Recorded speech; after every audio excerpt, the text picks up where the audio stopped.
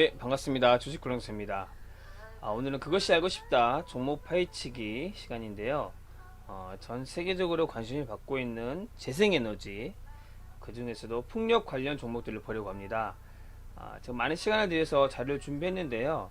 오늘 총 10개의 종목을 좀 공부해 볼 텐데, 제가 감히 확신을 가지고 말씀드리지만, 이 영상만 제대로 보셔도 풍력 에너지에 관한 대부분의 지식을 습득할 수 있을 것이고요.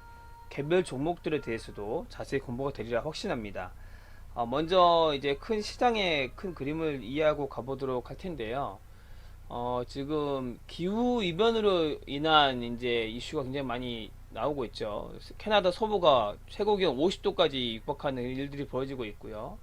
미국 서부에서도 계속 산불 때문에 굉장히 좀 많이 좀 어려움 당하고 있고, 독일과 벨기에에서도 폭우와 홍수로 120여 명이 숨졌고요.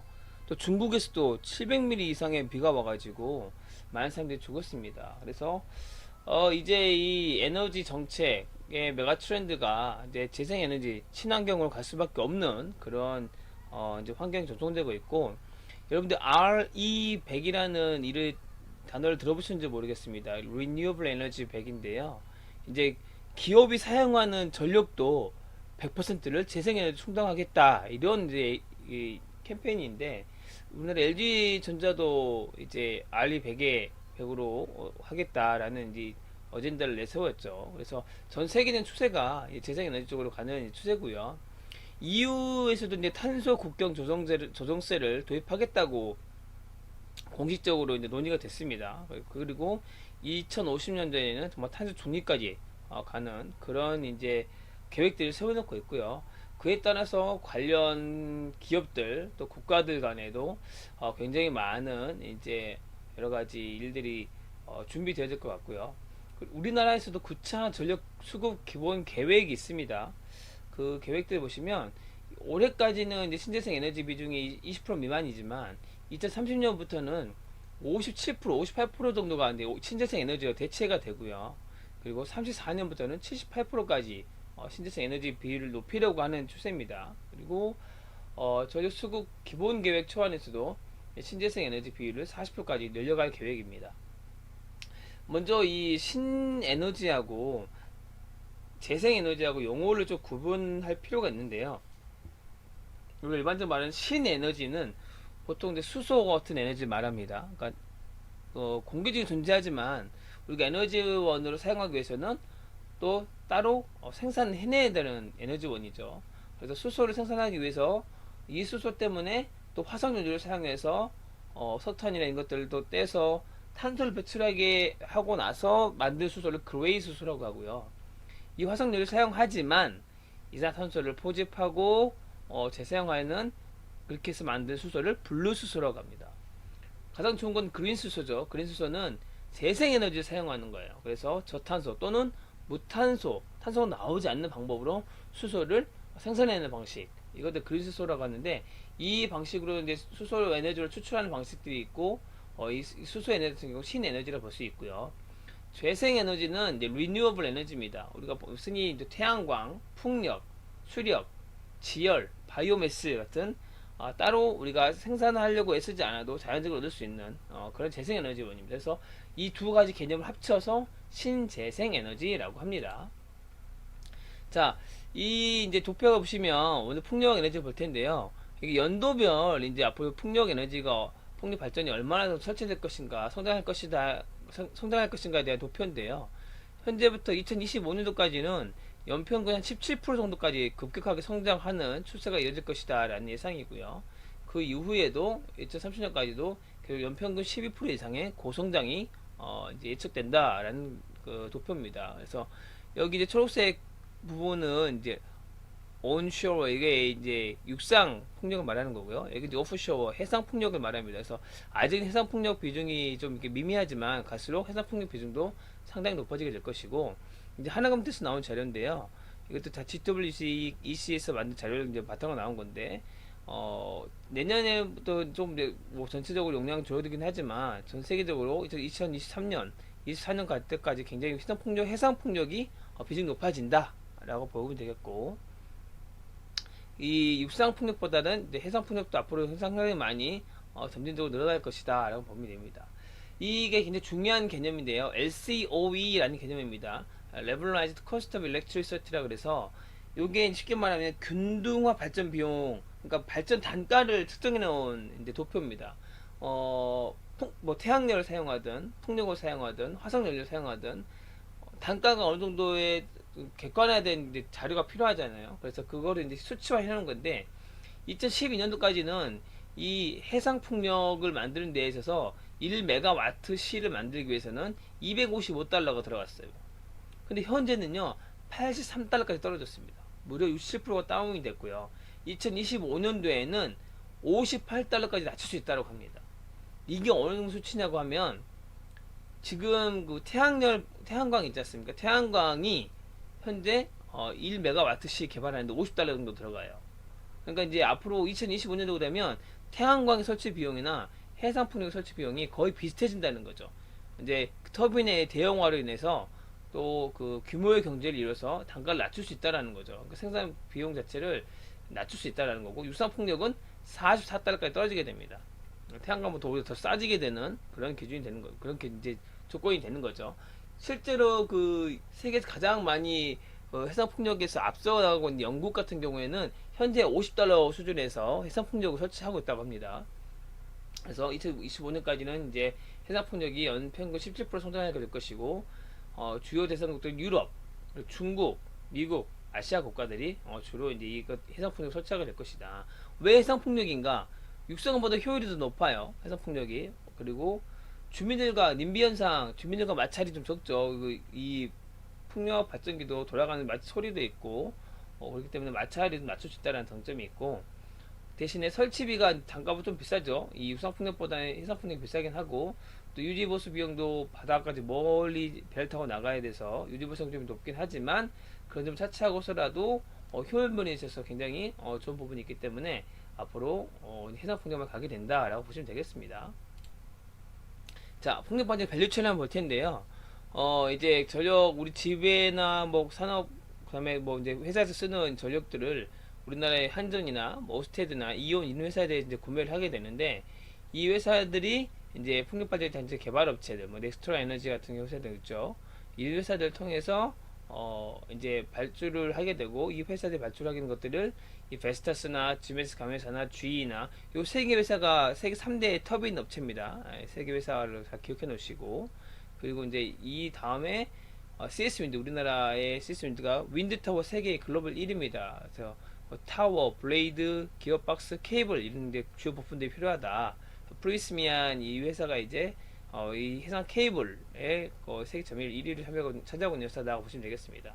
그래서 여기 보시면 이제 해상 풍력을 이제 여기서 에너지를 생산해 내게 되면 케이블 통해서 이게 오프쇼어 이게 서브스테이션 AC로 되어 있는데 이게 변전소입니다. 그래서 여기서 전압을 좀 낮춰서 C 케이블 이 해상 케이블 통해서 육상까지 이제 전기를 전달해주는 그런 개념이라고 보시면 되겠고요.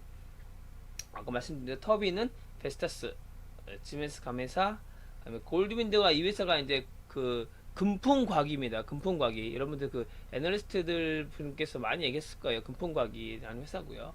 우리나라의 터빈은 두산중공업과 유니선이 이제 개발해냈고 DMS도 이제 저용량은 개발해낸 상태고요. 타워 같은 경우에는 당연히 시스윈드가 우리나라 글로벌 1위입니다. 그리고 동국 SNC가 있고요. 유니슨도 타워를 만들어냅니다.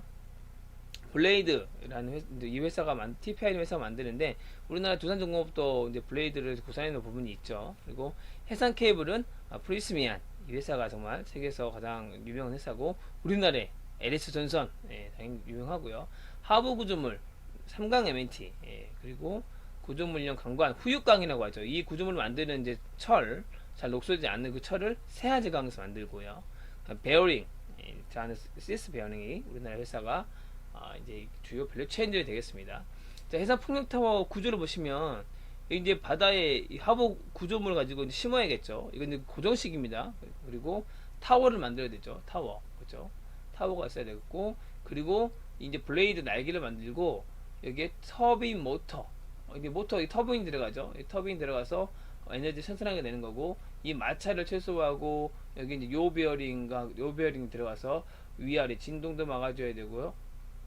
돌아가는 마찰을 최소화할 수 있는 베어링도 들어간다. 이것들이 주요 부품이 되겠습니다. 자, 우리나라의 CS 윈드를 보겠습니다. CS 윈드, 예, 윈드타워 글로벌 1위, 우리나라 정말 강소기업 중에 하나죠. 그래서 이 회사는 풍력타워를 만드는데 뭐 주로 이제 96% 이상이 다 풍력타워에서 매출이 나오고 있고요. 생산 기지가 어디 있냐면요, 영국. 예, 아까 말씀드렸듯이 영국이 그 풍력, 해상 풍력의 중심 국가입니다. 그리고 영국, 그리고 베트남, 예, 중국, 캐나다, 멕시코, 인도네시아, 말레이시아, 터키, 대만. 예, 생산 기지 이렇게 많아요. 정말 글로벌한 회사입니다. 우리나라 스위스윈드. 우리나라에는 없어요. 우리나라에는 없고, 예, 글로벌한 회사고. 그다음에 국민연금이 이제 지분을 오히려 확대했죠. 올해 이제 6월 11일 날 보면은 주주 비중을 확 늘렸다. 10%까지 지분 확대했다라는 공시가 나왔고요. 자, 이 회사가 베스타스 타워 아메리카를 양수하기로 결정을 했어요. 올해 이제 8월 달부로 1265억 원을 주고 이 베스타스의 미국에 있는 이 타워 만드는 회사를 인수하기로 했고, 오늘 또 뉴스 나오기에 포르투갈에 있는 그 타워 생산 업체를 또 인수하기로 했죠. 그래서 계속 M&A를 시도하고 있습니다. 규모 경제를 좀 계속 시도하려고 하는 모습이 있고요. 그 수주 상황을 보면 올해 5월 달에 이제 165억짜리 수주가 있었어요. 중국향으로 있었고요. 그리고 6월 달에도 541억 수주가 있었습니다. 이거 베스타스 아시아. 베스타스 아시아에 이제 이게 핀란드 향인데 아시아에서 만드는 것들을 갖다 핀란드까지 운반하는가 봐요. 이게. 그리고 7월 달에 이제 147억을 수주를 했습니다. 중국 향입니다. 그래서 우리 그 CS윈드는 중국이나 뭐 유럽, 핀란드나 다 공급을 할 수 있는 나라고 거의 업체구나 라고 보시면 되겠고, 지금 그 CS윈드 큰 그림 그리고 있는 게 어떤 부분이냐면요, 베스타스하고 이 삼강 M&T하고 전략적 제휴를 맺었어요. 베스타스가 터빈을 만들죠. 그리고 CS윈드가 타워를 만듭니다.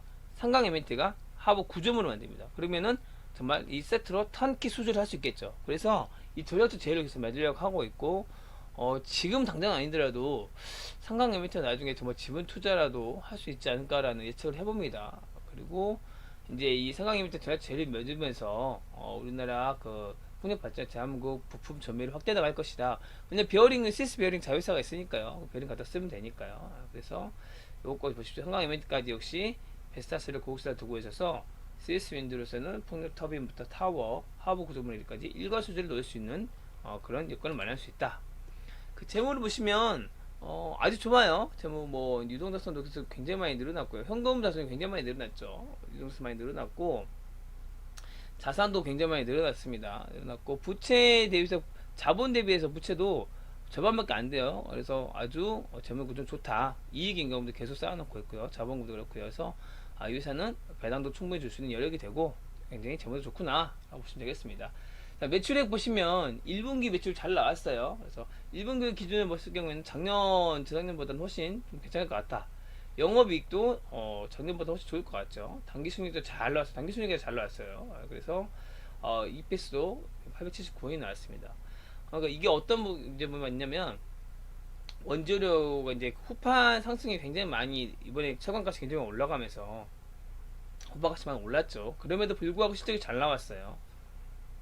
재무 상태도 전체적으로 좋아지고 있고, 이제 그 베스타스 미국에 있는 콜로라도 타워 공장 실적은 3분기부터 반영될 예정이라고 해요.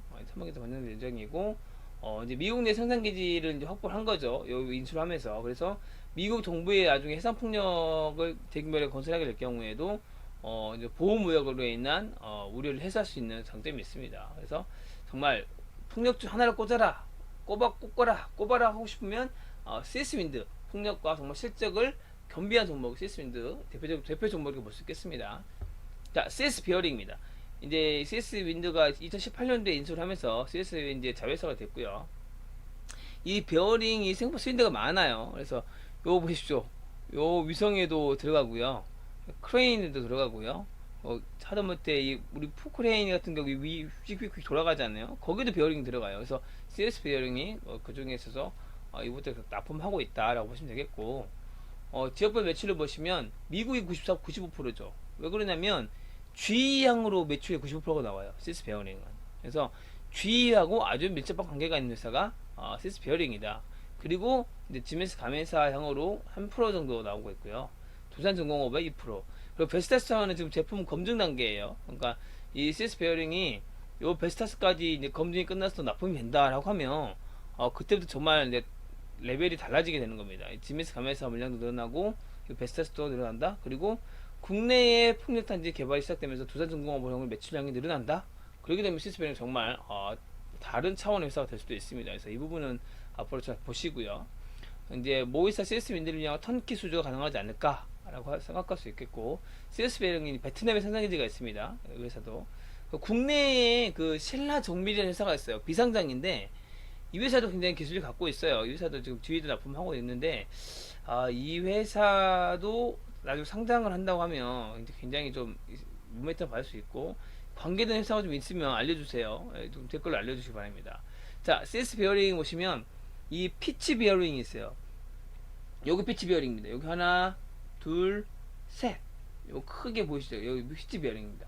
그래서 요 블레이드하고 로터로 연결해져 있는 피치 베어링이 들어가고요. 요 베어링입니다. 요 베어링 여기 들어갑니다. 여기 요 베어링입니다. 이렇게 동글게 들어가죠? 여기 요 베어링입니다. 그래서 요 중요한 이 베어링 정말 이 풍력 타워의 핵심 부품이라고 할 수 있습니다. 그러니까 그 검증되지 않으면 고객사에서 납품받아 쓸 수가 없어요. 왜냐면 이 베어링 잘못되면 타워 다 뜯어내야 되기 때문에 굉장히 중요한 고도의 기술력을 요구하는 부품이라고 볼 수 있겠습니다. 재무 보시면 뭐 유동자 산업이나 큰 부채는 큰 변화가 없고요. 자본 잉여금도 큰 차이가 없습니다. 잉여금도 조금씩 늘어나고 있어서 그나마 좀 괜찮은데, 근데 그 자본 대비해서 조금 부채가 약간 높은 점은 있고요. 그리고 매출액 보시면 1분기 실적이 굉장히 안 좋았어요. 생각보다 안 나왔습니다. 그래서 재무 상태는 좋지만 영업이익과 당기순이익이, 영업이익도 보세요, 확 줄어들었죠. 당기순이익도 굉장히 많이 줄어들었습니다. 그래서 영업이익과 당기순이익이 큰 폭으로 감소했습니다. 그래서 올해 1분기 실적은 굉장히 CS 베어링이 안 좋았다 보시면 되겠고, 근데 미국의 동북부, 동남부에 이제 대규모 해상 풍력단지 건설할 경우에, 그때 이제 미국 그 풍력 발전 단지니까 당연히 GE 쪽으로 이제 수주를 많이 주겠죠. 발주를 많이 주겠죠. 그래서 GE향 쪽으로 이제 매출량 증가를 할 수 있는 부분이 있고요. 그리고 아까 말씀드린 대로 지멘스 가맹사하고 바시타스 가변화, 매출처의 다변화가 굉장히 중요하고, 최근에 또 베트남 생산기지 해상 풍력용으로 해서 시설 투자가 이루어졌어요. 150억 투자를 했는데 4월 달에요. 베트남은 이제 뒤에서 말씀드리겠지만 해상 풍력이 굉장히 좋은 지리적 위치를 갖고 있습니다. 그리고 100억 원의 신주 이수권이 있어요. 올해 9월 18일부터 25년 8월 18일까지 신주 이수권 100억짜리가 있어서 요거를 이제 향후에 이제 좀 소화시키고 가야 된다는 점 있습니다. 자, 조선 플랜트 그리고 해상풍력 하부구조물까지 할 수 있는 회사가 삼강 M&T라는 회사가 있습니다. 자, 삼강 M&T 보시면 요게 이제 하부구조물이죠. 그래서 이렇게 가게 되고, 요걸 이제 VU식 플로팅 VU식 구조물이고요. 삼강 M&T 회사는 모노파일, 트라이포, 뭐 재킷 이렇게 있는데, 요거 이제 많이 하죠. 재킷하고 모노파일 보시면 요게 이제 하부구조물 재킷입니다. 이게 재킷 형태고, 요게 이제 모노파일입니다. 이렇게 세우는 거예요, 그렇죠? 그래서 요것들을 만든 회사가 삼강 M&T다 보시면 되겠고, 아직까지 주요 매출원은 그 플랜트 하고요, 조선 후입 관광 쪽에서 많이 나옵니다. 그래서 아직까지는 이제 그 매출 비중에 있어서는 이제 재킷이랑 모노파일도 들어가지만 어쨌든 그 조선 쪽이나 플랜트 쪽에서 많이 나오고 있다. 자, CS 윈드, 삼강 M&T, 글로벌 해상풍력 손잡아 이런 계속해서 나오고 있죠. 그래서 조선 선박용 블락을 제작하는 회사가 이제 삼강 M&T고요.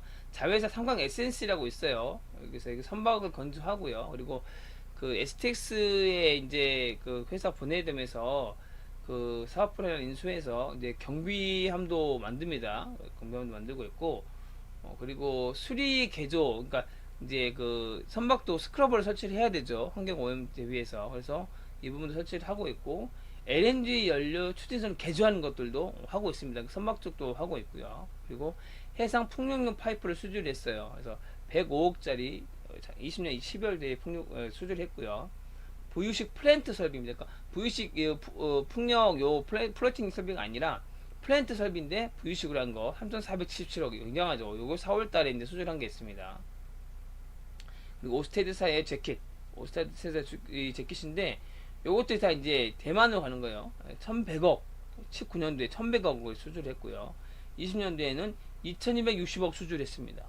그리고 국내 최초로 재킷 21기를 얀데눌이라는 회사에, 이제 이 회사는 덴마크 회사인데, 요게 이제 대만이 굉장히 이제 풍력, 그 해상 풍력을 그 굉장히 열심을 내서 정말 많이 이제 건설을 하고 있어요. 그쪽으로 하는 것들을 이제 성강 MAT에서 인수를 해냈습니다. 수주를 해냈습니다. 자, 세계에서 인정받은 하부 구조물 성강 MAT인데, 이제 유동자산은 굉장히 많이 늘어났죠. 현금은 거의 차이 없는데, 이 보시면 계약 자산이 많이 늘어났어요. 그러니까 현재 지금 매출 채권이 굉장히 많이 있습니다. 수주 잔고가 많이 쌓였다는 얘기예요. 그리고 자산도 계속 좀 늘어났고, 부채가 이제 좀 있는데 자본 대비해서는 높은 편이긴 한데, 그것도 뭐 거의 한 2배 가까이 되죠. 그렇지만 자본금이나 자본잉여금이나 이익잉여금도 충분히 쌓여 있습니다. 그러니까 재무적으로 아주 크게 리스크 있지는 않습니다. 자, 이 실적이요, 1분기 실적이 잘 나왔죠. 최소한 작년 이상만큼 나오지 않을까 싶고요. 영업이익이 굉장히 잘 나왔어요.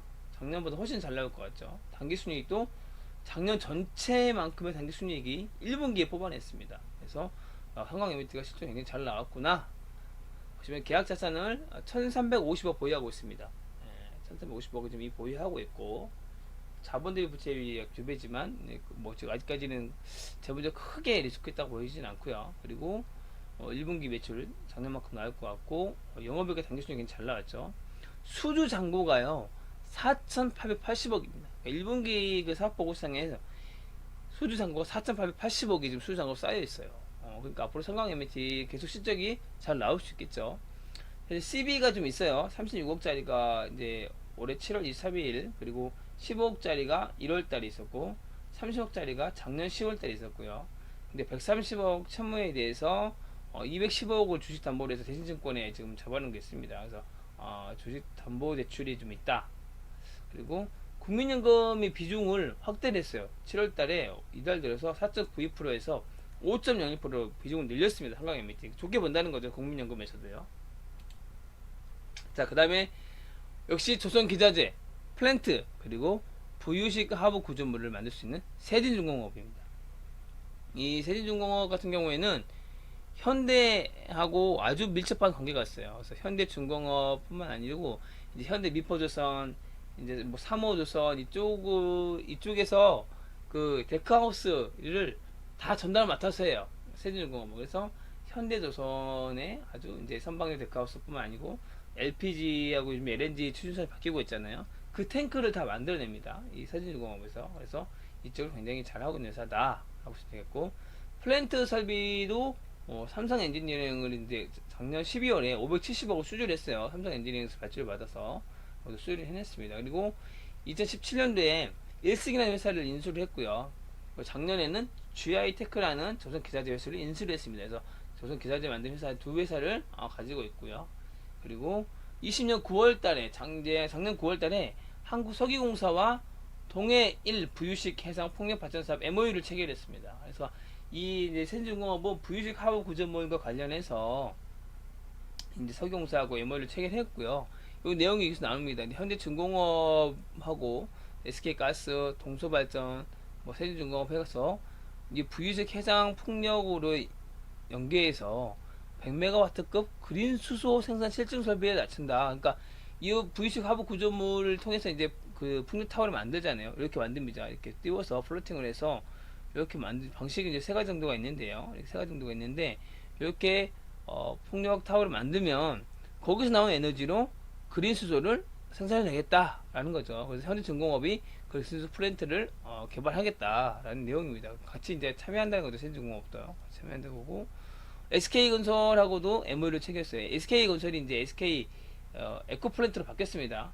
에코플랜트로 이름이 바뀌었고요. 이 회사하고 MOU를 체결해서 부유식 해상풍력을 추진한다 라고 보시면 되겠습니다. 그러니까 앞으로 우리나라에서 울산 앞바다에 그 이제 동해원 그 해상에 부유식 해상풍력 발전 한다라고 하면 세진중공업 직접적인 연관이 되는 거죠.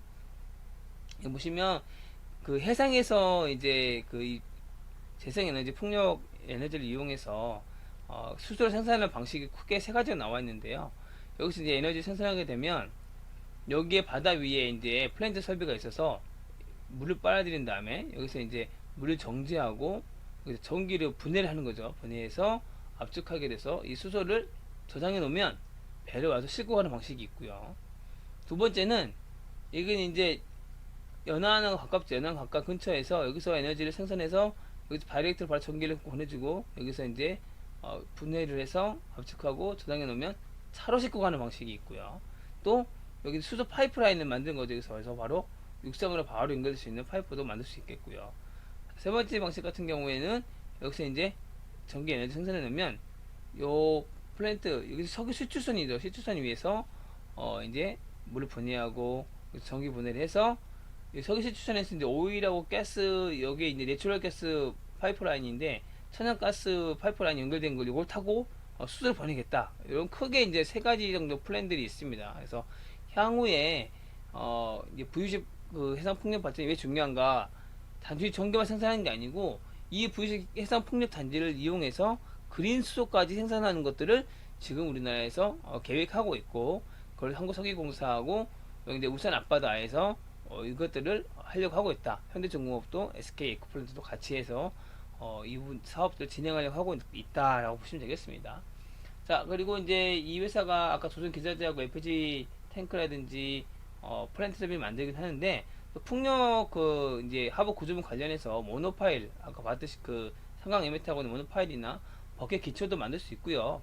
중요한 거는 이 변등 삽입도 만들 수 있습니다. 변등 삽입가 이제 여기 해상 풍력에서 만드는 그 전력 자체가 그 변환을 시킬 수 있고 저장할 수 있는 변등 설비를 바다에 만들어야 되거든요. 그래서 이 변등 설비를 세종중공업에서 만들고 부유식 하부 구조물 트라이 플로터라고 해서 세 개의 다리를 놔서 둥둥 띄우는 요 기술을 이제 네덜란드 구스토스하고 MOU를 맺었습니다. 그래서 이 회사가 이제 그 트라이 플로터도 굉장히 기술이 많이 필요하다고 해요. 그 나라의 포스에 맞게 바다에 맞게 또 설계를 해야 되고 그것들을 직접적으로 설계할 수 이제 그 제작할 수 있는 회사가 세종중공업이다 보시면 되겠습니다.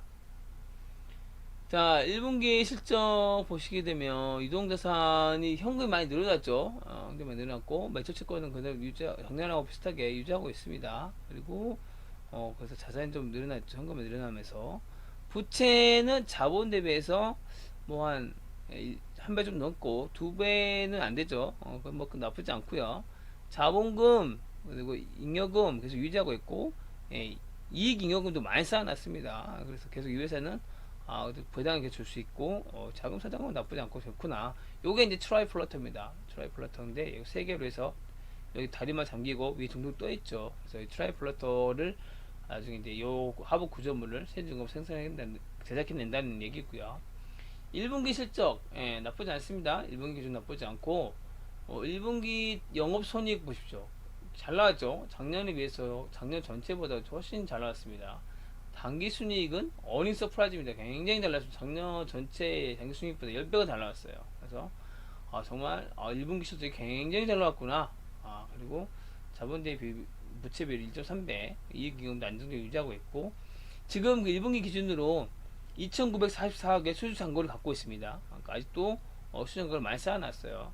근데 이제 이 회사가 본격적으로 그 해상 풍력 관련주로 엮이려고 하면 이 트라이 플러트의 발주가 시작돼야 되는데 이게 빨라야 올해 말이나 그냥 넉넉하게 내년에 시작된다고 보시면 됩니다. 그래서 내년쯤에 돼야지만 이 발주가 본격적으로 시작돼서 그때부터 본격적으로 이제 이 매출이나 실적을 기대해 볼 수 있겠고요. 아직까지는 조선 매출 쪽이 압도적입니다, 비중이. 그래서 플랜트나 조선 쪽으로 아직까지는 보는 게 타당하다. 세종공업은 연말이나 내년 초쯤에 정말 이제 요 발주가 나와야 정말 본격적인 폭력주를 볼 수 있겠다라고 보겠습니다. 자, 두산중공업입니다. 두산중공업은 터빈부터 이제 블레이드까지 국산화를 해놓은 회사예요. 그래서 이제 300W급 풍력 발전 시스템 요 터빈을 이제 개발해냈고요. 국내 최대 용량인데 요걸 이제 형식 승인을 취득했고 그리고 5.56MW 해상 풍력 발전 시스템 형식 인증을 받아냈어요. 여기 상당히 큰 규모 5.56MW 터빈은 상당히 대형 이제 터빈에 해당합니다. 그리고 국내 환경 적합한 저봉수 모델도 개발하고 있다. 그리고 이제 제주 탐라 해상 풍력 발전단지 여기를 이제 준공해서 사업 실적을 갖고 있죠. 그래서 이 회사가 조선중공업이 터빈 쪽으로도 나름 기술력이 있는 회사이기 때문에 이제 계속 개발 완료한 것입니다. 아시아 최초로 이제 이 300W급을 설치해냈다라는 거고요. 카본 블레이드, 카본을 이용한 풍력 발전기의 날개도 개발해냈다라고 보시면 되겠습니다. 그리고 계속 대형 이 5.56MW까지 터빈을 계속 개발해냈다. 그래서 국내 최초로 5.56MW 해상 풍력 발전 시스템 형식 인증을 획득했고 카본 블레이드 2016년도에 완료해놨다. 탐라해상 제주도에 있는 거죠. 발전단지 성공해냈고 현재 8MW급 해상 풍력 발전 시스템을 개발 진행 중이고 또 VU식 해상 풍력 국제 과제 진행 중이에요. 그러니까 조선중공업도 요거 이제 국산화가 된다고 하면 이제 세계 3대 메이커인 베스타스나 지멘스 가멘사나 GE 이쪽 것도 쓰긴 하겠지만 조선중공업 이거 국산화하게 되면 두산 것도 쓸 수밖에 없겠죠. 아무래도 정부에서 좀 많이 밀어줄 수밖에 없겠죠. 조선중공업이 그 워낙에 이제 큰 일들 겪었고 조직 개편하면서 이제 친환경 쪽으로도 많이 이제 사업군을 바꿔가는 추세에서 정부에서도 많이 이제 밀어주지 않을까라는 생각하게 되고요. 그다음 국산화 시켰다고 하면 당연히 국내 제품도 쓸 수밖에 없는 상황이라서 이 부분에 대한 모멘텀도 있을 것 같고 이제 부유식 이것도 고치까지도 진행하고 있는 상태입니다. 자, 국산화를 통한 수주 가시화를 기대해 볼 수 있겠습니다. 국산중공업. 그래서 자, 유동자산은 좀 많이 좀 늘어났고요. 이 회사는 정말 우여곡절도 많았고 힘들었지만 그래도 다행인 점은 부채 대비해서 이 자본 대비해서 부채가 많이 줄어들었다는 거. 부채는 이제 뭐 그동안 유지하고 있네요. 이제 자본 총계가 좀 늘어났고 그 자본금이나 자본잉여금이나 이익잉여금이 이제 보세요. 다 결소 손실 났었는데 이제 올해 1분기부터는 이제 이익잉여금 쌓아놓고 있죠. 그래서 드디어 돈을 벌여서 이제 쌓아놓을 수 있게 됐구나라고 보시면 되겠고요. 매출액이 이제 작년만큼은 나올 것 같아요. 지금 기준에 봤을 때는요. 그리고 영업이익이 굉장히 잘 나왔죠. 당기순이익은 드디어 이제 적자에서 흑자로 돌아섰습니다. 그러면서 이번에 이제 실적이 굉장히 많이 잘 나왔고 이제 정말 그 뼈를 깎는 구조적으로 1분기 기준 구조적으로 이제 인해서 급격하게 좋아진 연결이익 잉여금 하지만 아직 이제 자본 대비 세배 가까운 부채가 예측 있다. 보시면 되겠고, 이제 그 영업이익 당기순이 좋았는데, 요걸 꾸준하게 이어갈 수 있냐가 이 회사의 이제 중요한 모멘텀이 되겠죠. 그리고 국내에 정말 이제 그 뭐 우산이든 신한이든 이제 해상 풍력탄지 건설하게 될 경우에는 조선중공업을 좀 많이 밀어줄 수 있겠다라고 보시면 되겠습니다. 자, 이 회사는 터빈하고 그 윈드 타워를 만들어요. 유니슨입니다. 유니슨. 그래서 유니슨도 많이 여러분들 대관령 목장 가시면 그 베스타스하고 유니슨 거 많이 있어요. 보시면 그 파란색 유니슨 영어로 써져 있습니다. 그 터빈 보시면. 그래서 이 회사는 750kW, 2MW, 2.3MW, 그리고 4.2MW, 4.3MW 풍력 발전 시스템하고 타워도 개발해냈다. 라고 보시면 되겠고, 강원풍력 발전단지 영덕, 이것도 이제 운영하고 있고, 영광, 의령, 정암, 영광, 그리고 영광풍력, 그리고 뭐 오미산 이것도 이제 진행 중이고요. 그래서 이 회사가 운영하고 있는 풍력단지가 꽤 많구나 라고 되겠고, 사천시에 이제 500MW 연간 그리고 풍력타워 400세트 생산할 수 있는 회사를 갖고 있다 라고 해서 되겠습니다. 자, 이 회사가 원래 도시바가 이제 최대 주주였는데 아네모일이 이제 바뀌었죠. 작년 8월달에. 그래서 작년 8월달에 아네모일이 바뀌었는데 아네모일이라는 회사가 우리나라 삼천리에 이제 종속회사입니다. 삼천리 자전거 말고요. 그 도시가스 생산하고 하는 삼천리의 자회사가 됐습니다. 그래서 이 회사는 이제 그동안의 도시바가 대주주에서 국가 정책을 받기 좀 힘들었는데 그래도 이제 국내 이제 자국 회사가 된 거죠. 그래서 삼천리 계열사에 해당됐다 보시면 되겠고, 4,300W 풍력 발전 시스템을 개발해서 국제 설계를 인증받았습니다. 그러니까 아까 두산중공업이 8MW짜리 개발하고 있죠. 그래서 4,300W까지는 유니슨도 개발해냈다. 그리고 풍력 타워도 만든다. 그리고 64억짜리를 이제 작년 6월달에 아시아 쪽에 가는 걸 수주를 해냈고요. 48억짜리 정정 공시가 나왔는데 작년 10월달에 북미향으로 공시가 나왔고 17억짜리도 정정 공시가 나왔는데 작년 8월 때 아시아향으로 나온 것들이 수주되는 것들이 있습니다. 그리고 오미산 풍력 발전단지를 이 터빈 이제 4.300W짜리 수주를 했는데 1355억짜리 수주를 했어요. 작년 10월달에. 그래서 이 오미산 풍력단지는 이제 뭐 뉴스니 다 먹었구나, 꿀꺽했구나 라고 볼 정도로 수주 잔량이 많이 있습니다. 하지만 재물을 보시면 손실이 계속되고 있고 사채 압박이 굉장히 심해요. 그래서 보시면 뭐 유동자산은 좀 늘어났지만 재고자산도 계속 늘어나고 있죠. 그러니까 그 수주 잔고는 좀 쌓여 있는 상황인데 유동부채가 확 늘어났어요. 여기서 이제 비유동부채라고 있던 것들이 요게 이제 유동부채가 올라온 게 된 거죠. 그래서 어쨌든 이제 빨리 이걸 빚을 갚아야 가야 되는 상황이 됐습니다. 그래서 이 부분이 좀 어려운 점이 있고 부채 보시면 자본 대비해서 거의 3배 가까이 되죠. 그래서 요게 이제 문제입니다. 부채 높고 그리고 자본금하고 이제 자본잉여금이 있지만 결손금 보세요. 이익잉여금이 없죠. 거의 계속 결손금 나오고 있습니다. 그래서 이 회사는 돈을 벌어서 쌓아놓지 못하고 있다. 그래서 이 부분이 좀 리스크다 라고 보시면 되겠고 1분기 실적은 잘 나왔어요. 1분기 실적은 작년보다는 훨씬 좋아질 것 같죠. 이 기준이라고 하면 영업이익도 드디어 흑자 전환을 했습니다. 영업이익 흑자 전환을 했지만 당기순이익은 여전히 적자가 계속 지속되고 있다. 그래서 이제 그 올해 3월까지 신규 인수권 600억이 있고요. 그리고 미청구 아직 전환사채가 청구되지 않은 미청구 전환사채랑 신규 인수권이 306억이 남아있어요. 아직도. 그러니까 이거 보시면 신규 인수권이요 작년 11월부터 997원짜리 이렇게 많이 997원짜리가 여기 이제 600억이나 있습니다 지금. 그리고 앞으로 나올 물량도 306억 총 900억짜리 이제 요 부채가 계속 신규 인수권 사채가 있다. 그래서 요게 이제 소화를 시키고 가야 된다는 점이 이제 문제점이고 이 유니슨이 코스닥 150 종목이에요. 그래서 공매도가 가능합니다. 그러니까 주가가 지금 그 많이 뛰긴 뛰었죠. 서울병원에서 7,900원까지 뛰었다가 지금 3,000원대까지 빠졌죠. 그래서 같이 이 990원짜리는 지금 던져도 사실은 수익이니까요. 3배 정도 수익 난 거니까. 그래서 이 부분이 좀 리스크다. 그래서 단기 순이익은 계속 되고 이 이제 유니스는 요 사채 물량들을 잘 소화시켜 가야 되는 어려움이 있다.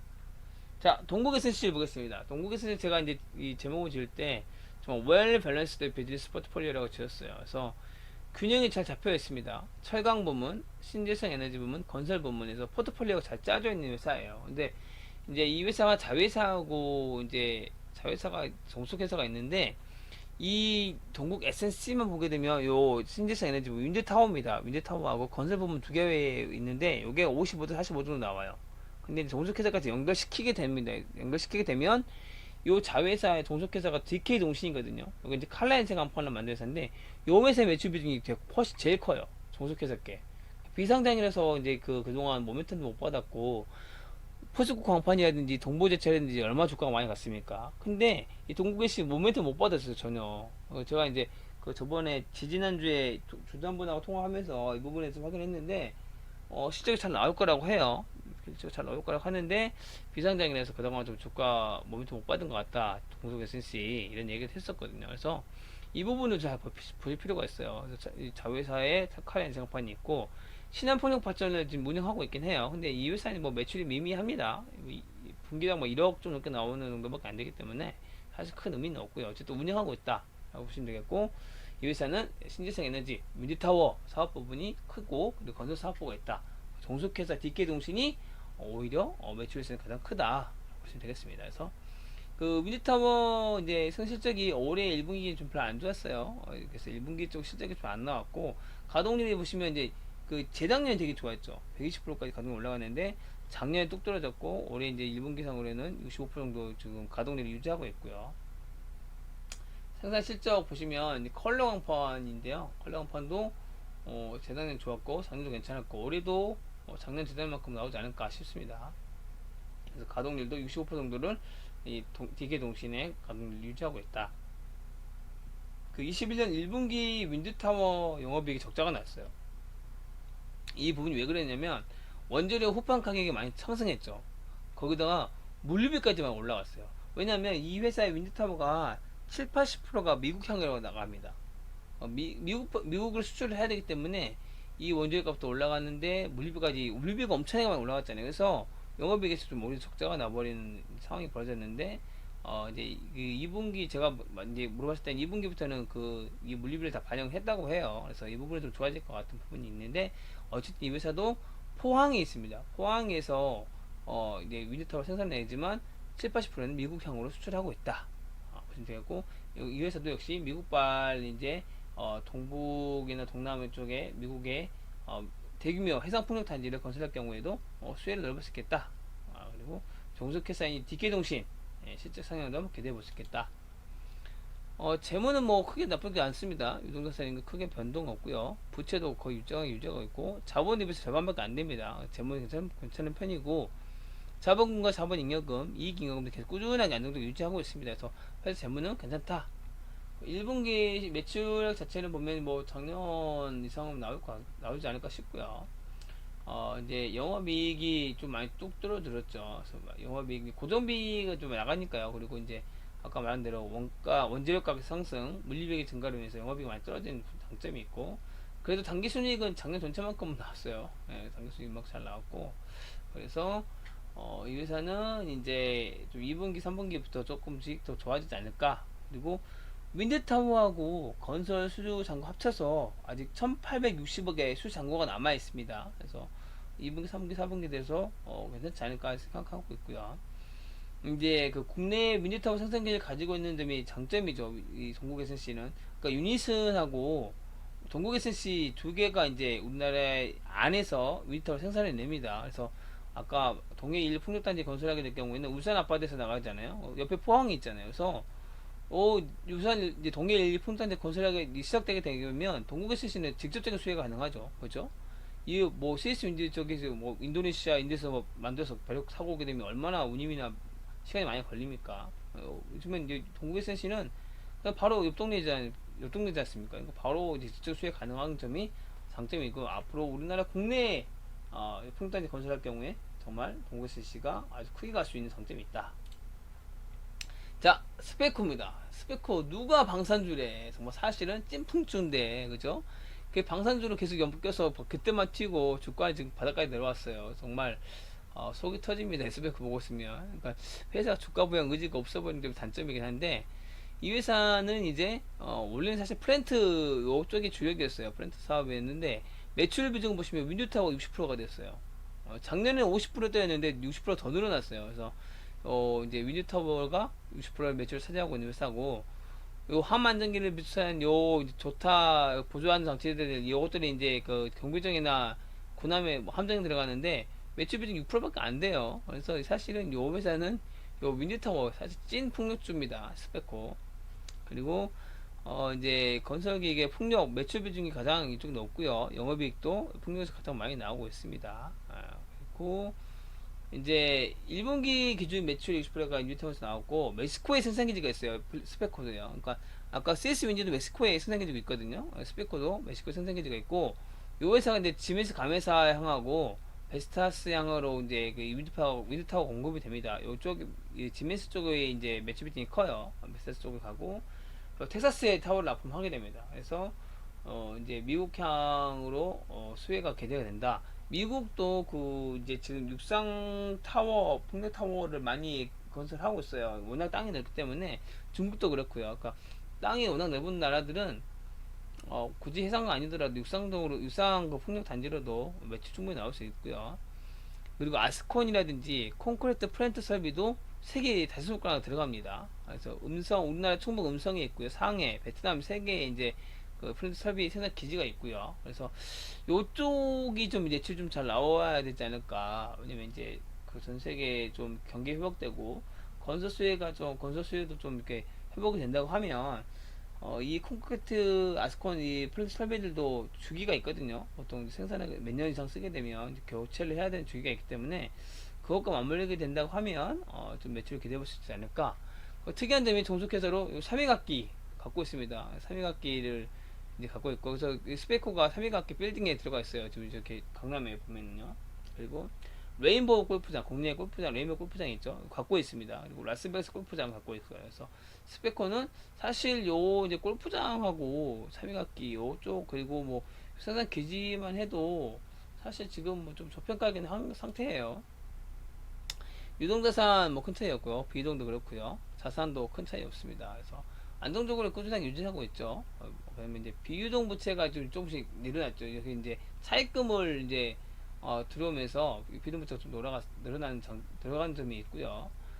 자본 대비해서 부채는 뭐 높지 않은 높지 않습니다. 그리고 이제 매출액이 보시면 이제 1분기도 뚝 떨어졌죠. 1분기도 뚝 떨어져서 그래서 이제 주가도 많이 빠졌고 영업이익도 완전 많이 줄어들었고 단기순이익도 많이 줄어들었어요. 그래서 어닝 쇼크 수준의 정말 1분기 영업이익과 단기순이익이 나오면서 주가도 많이 빠졌는데 2분기까지도 뭐 크게 크게 턴어라운드 될 것 같지는 않아요. 이제 하반기 때 좀 수주가 좀 나오고 실제 좀 좋아져야 되지 않을까. 그리고 이제 아까 말씀드린 건설 경기 회복과 맞물린 플랜트 설비 좀 수주가 되어야 되고 미국 풍력단지 이제 건설 가스화가 스펙과 적극적으로 영향을 미치겠죠. 그래서 또 이 회사 주가를 부양하려는 의지가 거의 잘 안 보여요. 그래서 한번 튀면 좀 크게 갈 것 같은데 지금 사실 이 회사도 뭐 저평가 상태거든요. 근데 조금 그 회사가 저번에 조담하고 통화를 한번 했었는데 뭐 그렇게까지 막 열심을 내는 회사는 아니어서 어쨌든 하지만 아주 실적이 받쳐지게 되고 또 모멘텀 받으면 한번 크게 갈 수 있지 않을까 싶습니다. 자, 빠지지 않고 봐야 될 회사가 LS 전선이죠. LS 전선. 자, 아까 말씀드린 대로 여기서 이제 회선폭력 타워에서 전기 생산해 나면 요 이제 변전소까지 가고 변전소에서 다시 이제 이 육상까지 해저 케이블로 와야 되잖아요. 이 해저 케이블을 만드는 회사가 이제 LS 전선이죠.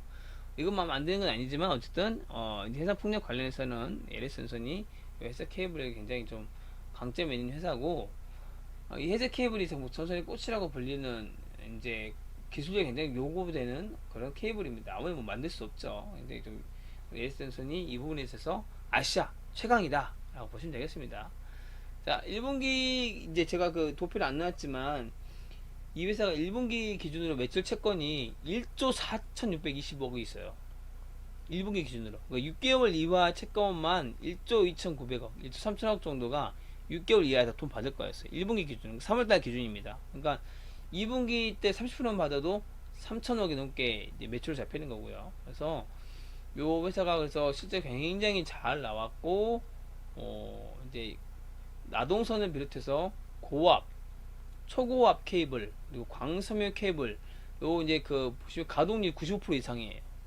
지금 업황이 굉장히 좋습니다. LS 전선. 지금 그래서 공장이 굉장히 거의 풀로 가동하고 있다고 보시면 되겠고, 대만에서 이제 아까 말씀드린 대만이 그 전력의 공급이 원활하지 않아요. 작년에 TSMC도 경쟁 사태가 일어났던 것처럼 대만은 그래서 지금 향후 이제 앞으로 애플도 그렇지만 이제 RE100, 그러니까 재생에너지로 생산된 제품들을 구매하겠다 이런 얘기까지 나오고 있기 때문에 대만도 TSMC를 비롯해서 미타리 반도체 후공정 업체들 이쪽이 많죠. 그러니까 우리나라도 산업구도 비슷한 부분이 있는데 이 전력 공급이 부족하기 때문에 이 전력 공급을 이제 앞으로 재생에너지, 특히나 대만도 바다가 있기 때문에 바다 해상 풍력을 이용해서 전기를 많이 생산하려고 하는 노력을 굉장히 많이 하고 있습니다. 대만의 에너지 비중이 이 해상 풍력이 굉장히 많이 늘어나고 급격하게 늘어나고 있습니다. 그래서 이제 1, 2라운드 발주된 것들이 있었고 그 1, 2라운드에 초고압 해저 케이블을 독점 수주했어요.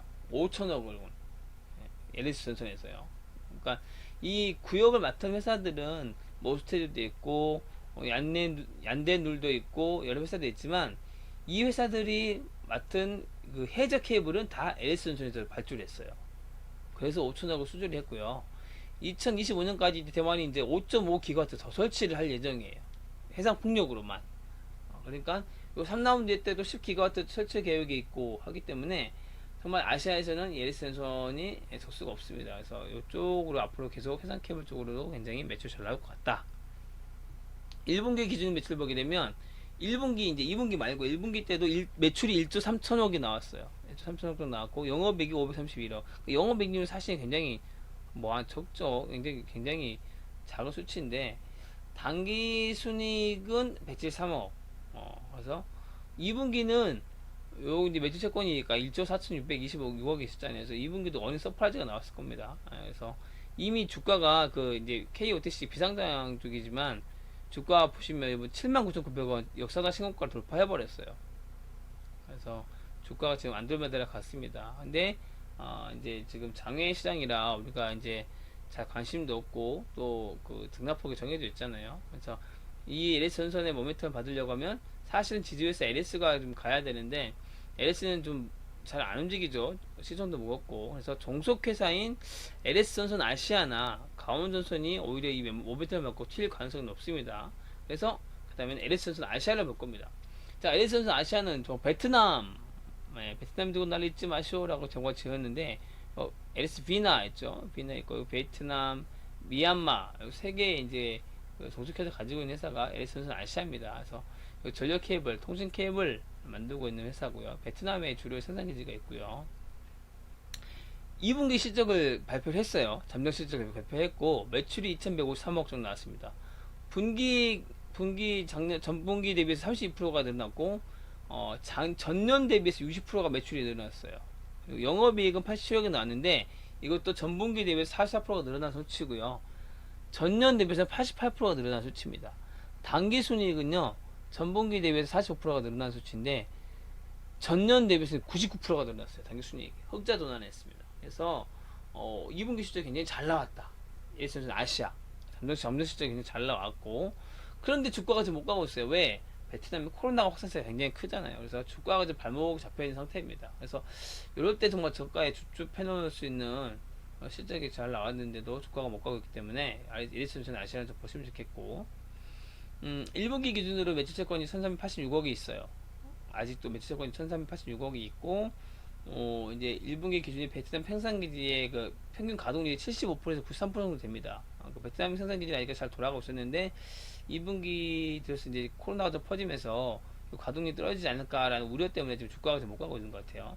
미얀마는 60% 정도 됩니다. 그 미얀마는 뭐 그렇게까지 지금 가동이 높지 않고요.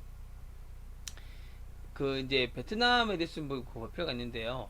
베트남이 그 세계에서 가장 빠르게 성장하는 나중 하나잖아요. 그리고 이제 요 회사 이렇게 많이 성장하기 때문에 전력 수요도 급증하거든요. 그렇기 때문에 전력 케이블 수요도 늘어날 것인데 이 LS전선 아시아가 베트남 전체 전력 케이블의 20%를 차지하고 있습니다. 시장 점유율을요.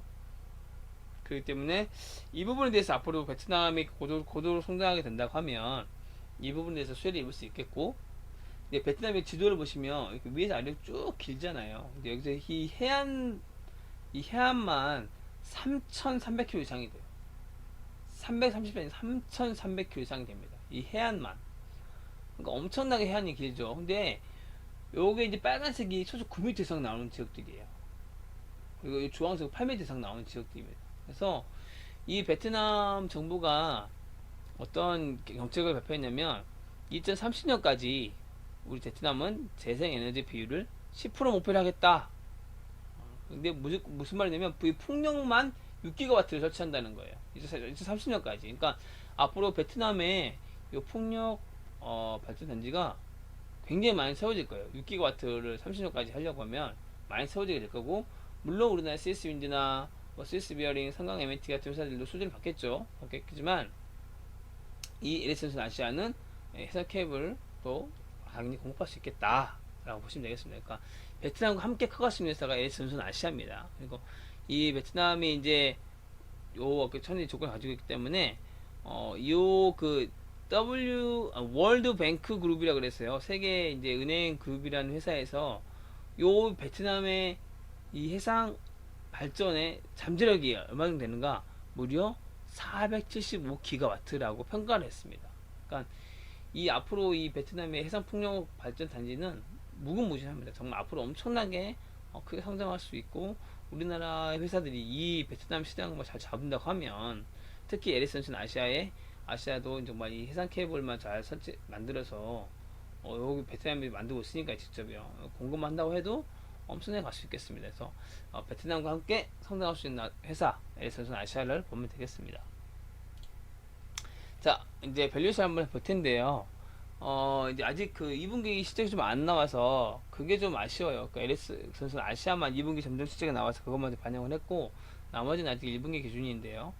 CS 윈드 같은 경우에는 이제 작년 EPS 기준이 797원이 나왔어요. 그러니까 이 사업 보고서에는 훨씬 높게 나와 있거든요. 어떻게 계산했는지 모르겠어요. 그러니까 올해 1분기 기준 하게 되면 비슷하게 나왔는데 작년 건 유독 높게 계산을 해놨어요. 그래서 제가 계산해봤을 때는 보통 이거밖에 안 나오는데 그렇게 됐고 이제 12개월 포워드 기준으로 봤을 경우에는 EPS가 2669원이 나옵니다. BPS는 21,590원 정도 나와요. 그래서 주가 대비해서 한 4분의 1 정도 수준이 되죠. ROE는 3.1% 나옵니다.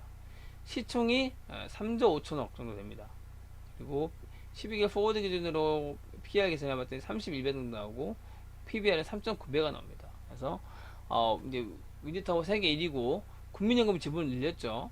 최근에 계속 M&A를 통해서 몸집을 키우고 있는데 CS 비어링, 베스터스 터빈, 승강 에미티 하부 구조를 통한 콜라보레이션 정말 이 턴키 수주를 목표로 하고 있는 CS 윈드입니다. 그래서 단 하나의 폭력주를 사고 싶다라고 하면 CS 윈드 괜찮을 것 같고요. 앞으로도 계속 커갈 수 있는 우리나라 강소기업이 되지 않을까 싶고요. CS 베어링은 이제 지금 주짓수가 1000만 주가 안 돼요. 그래서 CS 베어링은 정말 큰 호재가 있으면 쉽게 상황 갈 수도 있겠다. 주짓수 워낙 작잖아요. 그리고 EPS 기준으로 작년에는 596원이 나왔는데 올해 1분기 실적이 좀 안 좋았어요. 그래서 100원밖에 안 나왔습니다. 그래서 이 기준을 보게 된다면 올해 한 400원 정도 EPS밖에 안 나오지 않을까. 물론 이제 하반기 때 실적이 잘 나온다고 하면 바뀌겠습니다만 BPS는 6,267원 정도 돼요. ROE가 1.6%밖에 안 나오죠. 그래서 ROE도 떨어진다. 시총은 2,570억 정도 됩니다. 지금 2.7 정도 되고 PER 그러니까 이제 일본 시장이 워낙 안 나오다 보니까 PER 계산해 보면 67배가 돼버리는 거예요. 굉장히 아직까지는 엄청 비싸게 돼버린 거죠. 그래서 이거를 이제 실적으로 좀 깎아내가야 되는 그런 이제 과제를 안고 있고 PBR도 4.3배가 나옵니다. 그래서 CS 베어링 아직까지 조금 이제 실적 나오기 전까지 비싸게 볼 수밖에 없다. 1분기 실적에 굉장히 이해하지만 GE를 비롯해서 지멘스 감회사하고 베스타스로의 매출 다변화가 된다고 하면 정말 이제 어나더 레벨이 될 수 있는 그런 가능성이 있는 회사가 CS 베어링이라고 볼 수 있겠습니다. 삼강의 민티도 이제 코스닥 150 종목이에요. 코스닥이 있습니다. 코스닥 150 종목이기 때문에 이제 주가도 지금 다 포인트도 많이 빠져있긴 하죠. EPS가 작년 기준 345원인데 1분기 기준 292원이 나왔어요.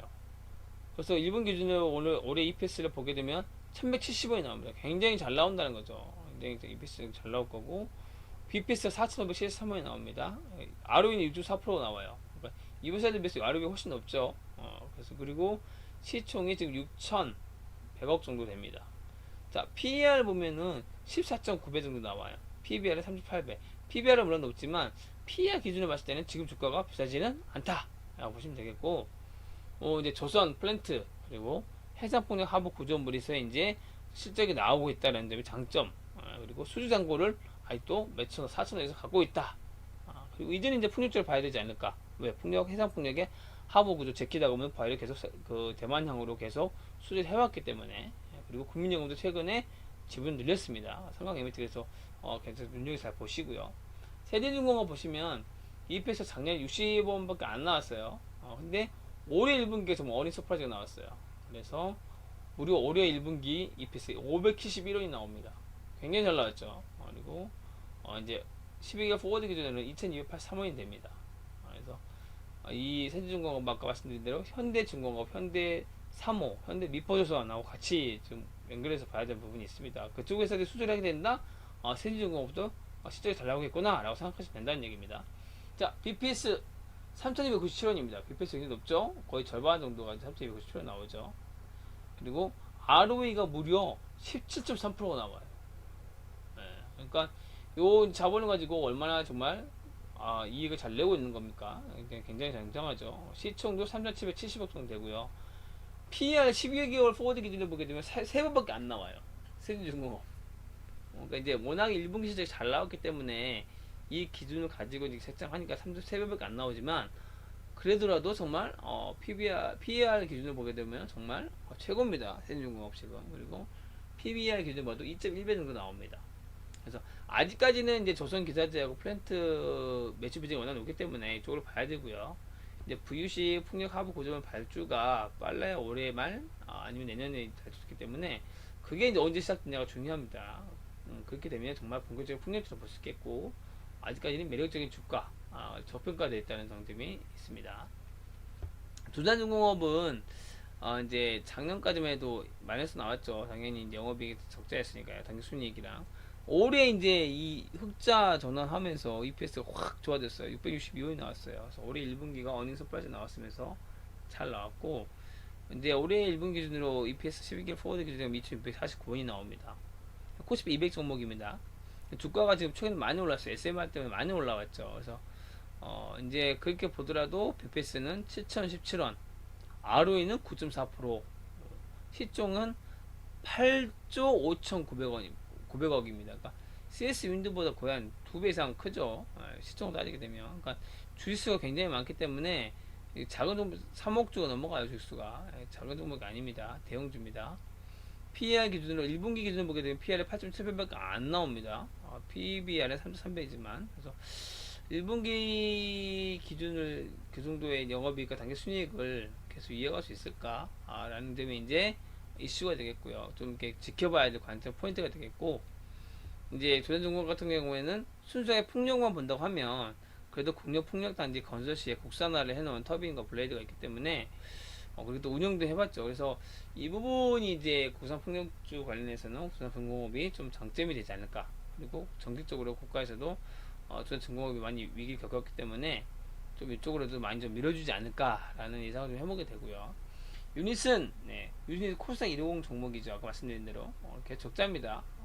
당연히 어쩔 수 없죠. 되게 적자고 ROE도 당연히 적자고요. 뭐 포워드 PER도 뭐 당연히 뭐 마이너스 나오고 시총이 무려 4,500억이나 해요. 유닛은 주식수가 많기 때문에. 그래서 이 회사가 좀 터빈이나 윈드 타워 생산하는 것까지는 좋은데 계속 이제 적자를 손실 내고 있다는 것과 또 997원짜리 사채 아까 600억 아직 미 전환된 거 뭐 300억 넘죠. 900억짜리 사채를 앞으로 소화를 하면서 가야 되기 때문에 이 부분이 좀 안타까운 점이 되겠습니다.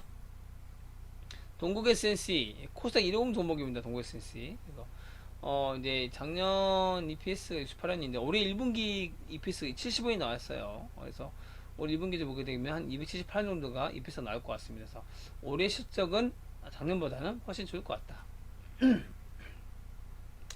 BPS가 4,752원입니다. BPS 굉장히 높죠. 그러니까 이미 가지고 있는 자본은 굉장히 많다라고 보시면 되겠고요. 대신 ROE는 1.5%입니다. 그러니까 아직 그 영업이익률은 높지 않다 보시면 되겠고 시가총액은 3,450억 정도 됩니다. PER이 이제 22.3배, PBR은 가장 낮아요. 1.3배밖에 안 됩니다. 장부에 갖고 있는 현금 대비해서 시총이 싼 편이다 보시면 되겠고 이제 아까 위에서 말씀드렸듯이 사업 포트폴리오가 좋죠. 신재생 에너지 윈드타워, 조선 그리고 칼라간판, 차관까지 해서 좀 사업 포트폴리오가 이제 잘 나눠져 있다. 그리고 미국의 매출량이 이제 70에서 80% 되는 윈드타워. 하지만 국내에 정말 풍력 단지의 건설 시에는 지속적인 수혜가 가능한 지리적 위치가 굉장히 좋은 포항에 있는 그런 회사가 되겠습니다. 자, 스페코는 이제 작년 EPS 괜찮았는데 올해 1분기 지금 어닝 쇼크가 나오면서 EPS 안 나왔어요. 그래서 올해 1분기 좀 봤을 때는 작년보다 훨씬 안 좋을 실적이 안 좋을 것 같은데 하반기 좀 어떻게 되는지 봐야죠. BPS가 2,971원 나오고요. ROE도 0.9%밖에 안 나옵니다. 시총 이제 1,100억 정도가 지금 이렇게 빠졌고요. PER이 70.3배가 나옵니다. 그러니까 1분기 실적이 워낙 안 좋았기 때문에 PER 기준은 엄청 고평가로 나와버리죠. PBR은 2.6배가 정도 됩니다. 그래서 사실은 이게 스피커 찐 풍력주인데 아직 시장에서는 좀 그렇게 평가를 안 해주고 있는 부분이 있다. 1분기 실적이 어느 쇼크가 나오면서 좀 이제 플랜트 소주도 좀 중요하지 않을까. 앞으로 좀 건설 경기 회복 따라서 미국 풍력 단지가 본격적으로 그 미국 의회 예산이 통과가 되고 본격적으로 재생에너지가 좀 이렇게 육상이든 해상이든 풍력 단지 건설이 미국 쪽에 시작된다고 하면 스페커도 좀 수혜를 얻을 수 있겠다. 자, 에리스전선 아시아. 에리스전선은 이제 그 비상장 그 장외 시장에 있기 때문에 따로 이제 올리지 않았고요. 에리스전선 아시아를 보겠습니다. 코스피 종목입니다. 에리스전선 아시아. EPS 기준으로 보면 작년 274원이 나왔는데 올해 1분기만 107원이 나왔죠. 그래서 포워드 기준으로 보게 되면 올해 한 428원 정도 실적이 이제 잘 나올 것 같죠. 작년부터 비해서. 그리고 BPS가 4,713원 정도 나옵니다. 거의 절반 정도까지 나오죠. 절반 이상 나오는 거죠. ROE는 2.3%밖에 안 돼요. 그리고 시가총액이 2,340억 정도 됩니다. PER 기준으로 보게 되면 18.1배이기 때문에 뭐 높지 않아요. 아직 괜찮습니다. 싼 편이죠. 뭐 지금 풍력주 대비해서는 싼 편이고 PBR도 1.6배입니다. 그래서 뭐 웬만한 중소형주 대비해서도 아직까지 저평가 되었다고 볼 수 있겠습니다. 자, 에리슨슨 아시아 해상 케이블을 만들고 전력 케이블을 만들고 있기 때문에 이 에리슨슨 아시아도 정말 이제 찐 풍력주, 특히 베트남이 해상 풍력을 늘려간다라고 하면 에리슨슨 아시아는 큰 모멘텀 할 수 있겠다. 1분기 실적이 굉장히 잘 나왔죠. 이게 지금 여기까지 근데 와버렸네요. 제가 수정을 못했네요. 에센스 아시아 굉장히 2분기 실적까지 굉장히 잘 나왔습니다. 잘 나왔고 향후 베트남 수주에 따라서는 이제 성장을 기대해 볼 수 있겠다. 그 밖에 이제 그 해상 폭력에 관련된 종목도 볼 텐데요. 이 하부 구조물 아까 성강 MNT나 이제 세진중공업 만들게 되는 그 후유강을 세아제강에서 공급하게 됩니다. 그리고 그 풍력 발전기를 이제 좀 구상해 놓은 회사가 있고 김천의 풍력 발전을 운영하고 있는 DMS라는 회사가 있고요. 그리고 그 해상 풍력 타워를 이제 설치를 해야 되는데 바다 속에 깊이 해저까지 들어가야 되지 않습니까? 그 역할을 하는 게 KT 서브마린입니다. 그 회사가 KT 서브마린이고 그 대만에 지금 그 해상 풍력 설치하는 것도 KT 서브마린에서 일단 수주를 했었습니다. 그리고 평창 또 태백 풍력 발전 지분을 보유하고 있는 회사가 효성입니다. 효성도 지금 매우 지분을 갖고 있어요. 그리고 해상 풍력 단지 플랜트 쪽을 개발하고 이제 하려고 하는 회사가 SK 에코플랜트, SK 건설입니다. 건설 에코플랜트 바뀌었어요. 그리고 그린 수소를 이제 재생에너지를 이용해서 그린 수소를 생산하려고 하는 플랜트를 하고 있는 게 현대중공업 컨소시엄이다라고 보시면 되겠습니다. 네, 자 여기까지 이제 좀 10종목을 보면서 조금 내용도 많았을 텐데 일단은 전 항상 그 좀 시간이 길어지더라도 전체적인 큰 그림을 좀 그릴 수 있도록 좀 준비를 하고요. 어떤 종목 딱 찍어주고 픽하고 요것보다도 큰 그림을 좀 보시고 그리고 여기 모멘텀 받으려고 하면 어떤 그 정책 방향, 산업 방향이 가야 되는지 우리나라 풍력시장 언제 시작되는지 이런 것도 좀 같이 보시면서 대응하시기 좋지 않을까 싶어서 앞에 좀 자료들 많이 준비해서 그것도 준비해 놓고요. 풍력 관련주들 지금 특히나 이제 성강 MH나 세진중공 같은 경우에는 워낙 원래 이제 조선 기자재라든지 또 프렌드 쪽을 하고 있기 때문에 재무나 이런 것도 굉장히 좋죠. 좋기 때문에 이제 좀 그 조선 관련해서도 좋지만 향후에 신사업을 통한 모멘텀을 받을 수 있는 회사들이 그 회사들이 될 것 같고 동국 SNS 같은 경우도 향후에 이제 뭐 윈드타워 관련해서 정말 내년에는 아주 많이 좋아질 회사가 아닐까. 물론 이제 CS 윈드야 뭐 당연히 이제 그 우리나라뿐만 아니고요. 전 세계적으로도 이제 글로벌한 회사이기 때문에 CS 윈드에 당연히 뭐 탑백을 볼 수 있겠고요. 그리고 CS 베어링도 매출주 다변화가 되면 좋을 수 있겠습니다. 네, 우리 같이 잘 됩시다. 정말 긴 시간 들어주셔서 감사하고요. 또 정말 좀 이렇게 좀 그 자료를 열심히 준비하고 애써서 이렇게 좀 자료를 만들어 놓으면 또 보신 분들에게 도움이 된다고 하면 저도 보람을 느끼고 그런 부분에서 좀 좋은 것 같습니다. 영상이 마음에 드시면 구독 그리고 좋아요 꼭 부탁드립니다. 감사합니다.